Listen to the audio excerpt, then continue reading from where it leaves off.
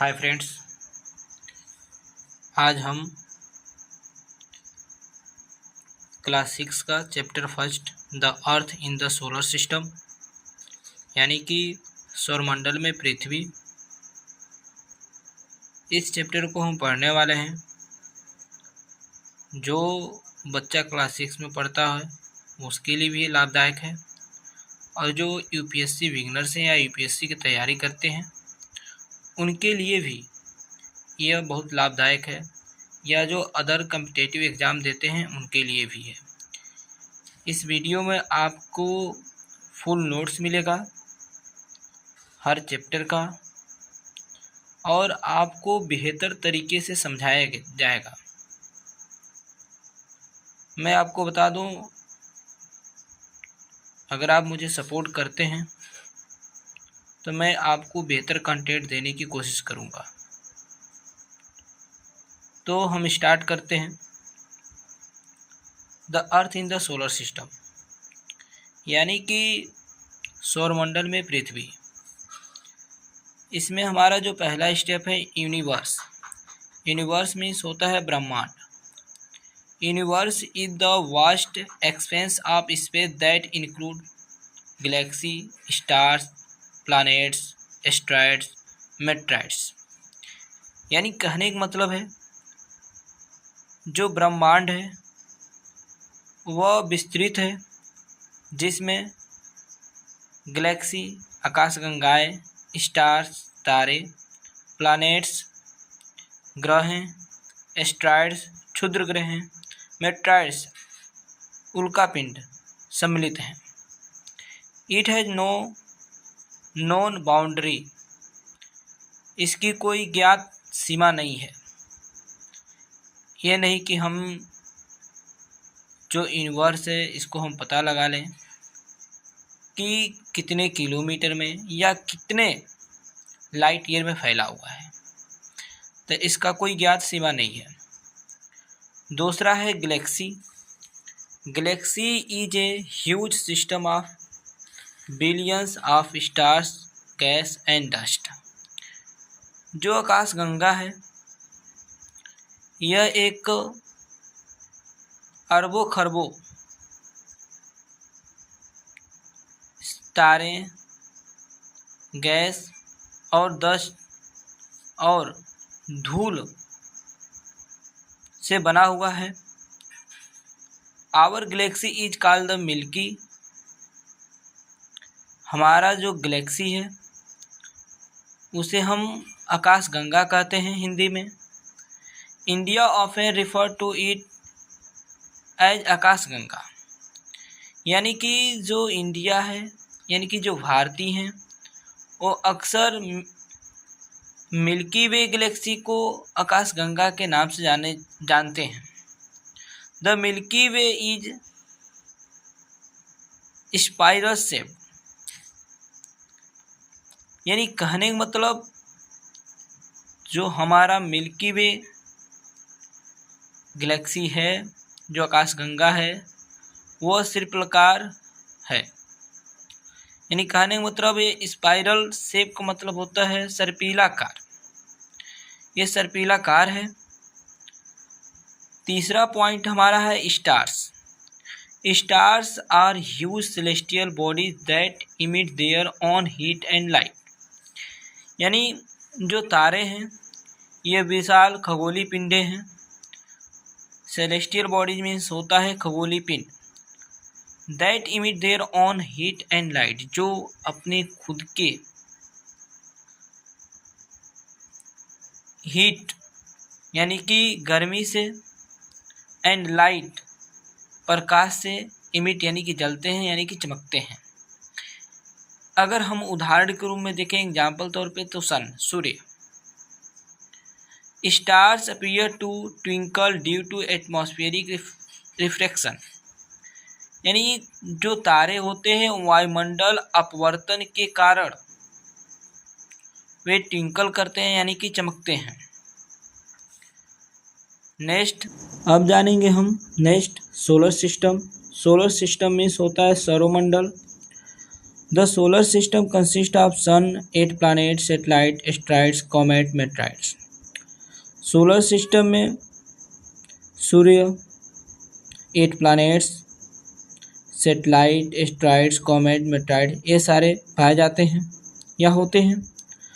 यानी कि कहने का मतलब सोलर सिस्टम जो है, जो सौरमंडल है, इन सारी चीज़ों से मिलकर बना है। The sun is at the centre of the solar system. अगर मैं बात करूँ आपको या बताऊँ आपको, तो जो सन है, जो सूर्य है, वह सौरमंडल का केंद्र में स्थित है, इसीलिए उसे सौरमंडल का हेड भी कहा जाता है, मुखिया भी कहा जाता है। अब 5 है the sun. The sun is a star, it is made mainly of hydrogen and helium. जो सूर्य है यह एक तारा है और जो मुख्य रूप से यह हाइड्रोजन और हीलियम से बना हुआ है। It provide heat and light essential for life on the earth. पृथ्वी पर जीवन के लिए ऊर्जा यानी कि गर्मी और प्रकाश आवश्यक है, जो किससे मिलता है, तो सूर्य से मिलता है। Gravity of the sun keeps planet in their orbit. यानी कि जो सूर्य का ग्रेविटी है, जो गुरुत्वाकर्षण है, वह प्लैनेट की कक्षाओं में रखता है, यानी कि उसे अपने ऑर्बिट में ही रखता है। जितने भी प्लैनेट हैं वो अपने ऑर्बिट में ही चक्कर लगाते हैं, ये नहीं कि वो एक दूसरे का चक्कर लगाते हैं, ऐसा नहीं है। और ये किसके वजह से होता है, तो सन की ग्रेविटी के वजह से ही होता है। अब आगे हम देखेंगे प्लैनेट्स के बारे में। प्लैनेट्स मतलब होता है ग्रह, आप तो जानते हैं, पहले भी बता चुका हूँ। Planets do not have their own light, यानी कि जो ग्रह होते हैं उनके पास खुद के लाइट प्रकाश नहीं होता है। The revolve around the sun in fix path called orbit. और यह सूर्य के चारों तरफ एक फिक्स पाथ में चक्कर लगाते हैं। टोटल प्लैनेट्स 8 यानी कि कुल ग्रह 8 हैं।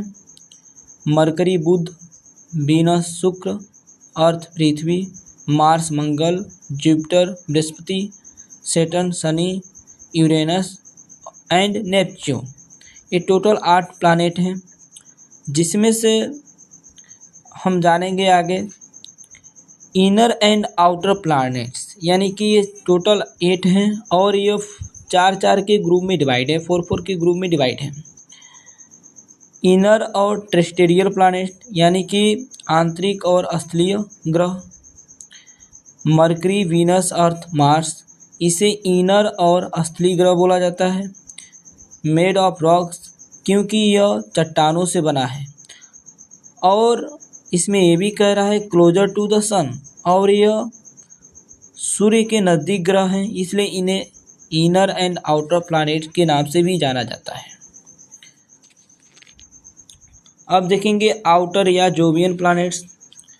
आउटर प्लैनेट्स में क्या क्या आता है, Jupiter, Saturn, Uranus, Neptune, made of gases.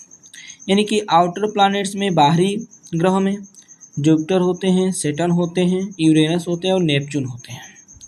जो ये गैसेस से बने होते हैं। Have rings and many satellites, और इसमें रिंग्स होते हैं एस्टेरॉइड्स का, और बहुत सारे इनके पास क्या होते हैं, सैटेलाइट यानी कि उपग्रह होते हैं। नेक्स्ट है 8 Earth. Earth is only known planet with life. पृथ्वी एक ऐसा ग्रह है जहाँ पे जीवन संभव है, और ये जीवन संभव के लिए जाना जाता है। रीजन, अब इसमें रीजन देखेंगे क्या कारण है कि यहाँ पे जीवन संभव है। तो मैं बता दूँ आपको, परसेंस ऑफ वाटर, यहाँ पे पानी की उपस्थिति, यहाँ पर पानी की उपस्थिति बेहतर है अन्य ग्रहों की अपेक्षा, और वातावरण यहाँ पे ऑक्सीजन के लिए बेहतर है। Earth is called the blue planet. पृथ्वी को हम नीला ग्रह के नाम से भी जानते हैं ड्यू टू ऑफ वाटर, यानी कि पानी होने की वजह से, यहाँ पे अधिकांश पानी होने की वजह से इसे हम नीला ग्रह भी बोलते हैं। नेक्स्ट है 9 सैटेलाइट्स। सैटेलाइट्स मतलब होता है उपग्रह। A satellite is a body that revolve around a planet, यानी कि जो सैटेलाइट होते हैं, जो उपग्रह होते हैं, यह एक ऐसे पिंड हैं जो ग्रहों का चक्कर लगाते हैं। अर्थ नेचुरल सैटेलाइट मून, अगर मैं बात करूँ अर्थ का, तो जो प्राकृतिक इसका उपग्रह है वो एक केवल चंद्रमा है। Artificial satellite are use for, और आर्टिफिशियल सैटेलाइट भी हैं, बनावटी सैटेलाइट हैं, कृत्रिम उपग्रह हैं, जैसे कम्युनिकेशन के लिए प्रयोग किए जाते हैं, weather forecasting, navigation, remote sensing के लिए प्रयोग किए जाते हैं। अब नेक्स्ट हम जानेंगे एस्टेरॉइड्स के बारे में कि एस्टेरॉइड्स क्या होते हैं। तो small rocket bodies revolving around the sun, ये छोटे छोटे चट्टान होते हैं जो सूर्य का चक्कर लगाते हैं। Mostly found between Mars and Jupiter, अधिकतर ये मार्स और जुपिटर के बीच में पाए जाते हैं। This region is called the asteroid belts, और जहाँ पे ये पाए जाते हैं उन्हें हम एस्टेरॉइड बेल्ट्स के नाम से जानते हैं। कॉमेट्स, जिसे हम धूमकेतु बोलते हैं, made of ice, gas and dust, जो बर्फ, गैस और धूल से बने होते हैं। Have a bright head and tail, और इसके पास चमकीले, यानी कि जो आगे का जो पोर्शन होता है वो चमकीला होता है, और पीछे का भी पोर्शन क्या होता है, ब्राइट होता है, जलता रहता है। Tail always point away from the sun, और जो इसका पूँछ होता है, पिछला वाला हिस्सा होता है, यह सूर्य से बहुत दूर होता है। एग्जाम्पल हैली कॉमेट, जैसे एग्जाम्पल के रूप में जानेंगे हैली धूमकेतु, अपीयर्स आफ्टर 76 ईयर्स, जो हमेशा 76 ईयर्स के बाद दिखाई देता है। मेट्राइड्स के बारे में हम देखेंगे या जानेंगे, तो यह small pieces of rock moving in space, यह चट्टानों के छोटे छोटे टुकड़े होते हैं जो अंतरिक्ष में मूव करते हैं या घूमते हैं। When they inter earth atmospheric, जब यह पृथ्वी के वायुमंडल में आते हैं या पृथ्वी के वातावरण में आते हैं, तो दे वन, ये जलते हैं, जिन्हें हम बोलते हैं मेटोर या shooting. If they reach earth meteorite, और जैसे ये पृथ्वी पर पहुँचते हैं, ये मेट्राइड के नाम से जाने जाते हैं। तो फ्रेंड्स, यह क्लास 6 का चैप्टर फर्स्ट कंप्लीट हुआ, और आशा करता हूँ आपको बेहतर लगा हो। धन्यवाद। Please support me.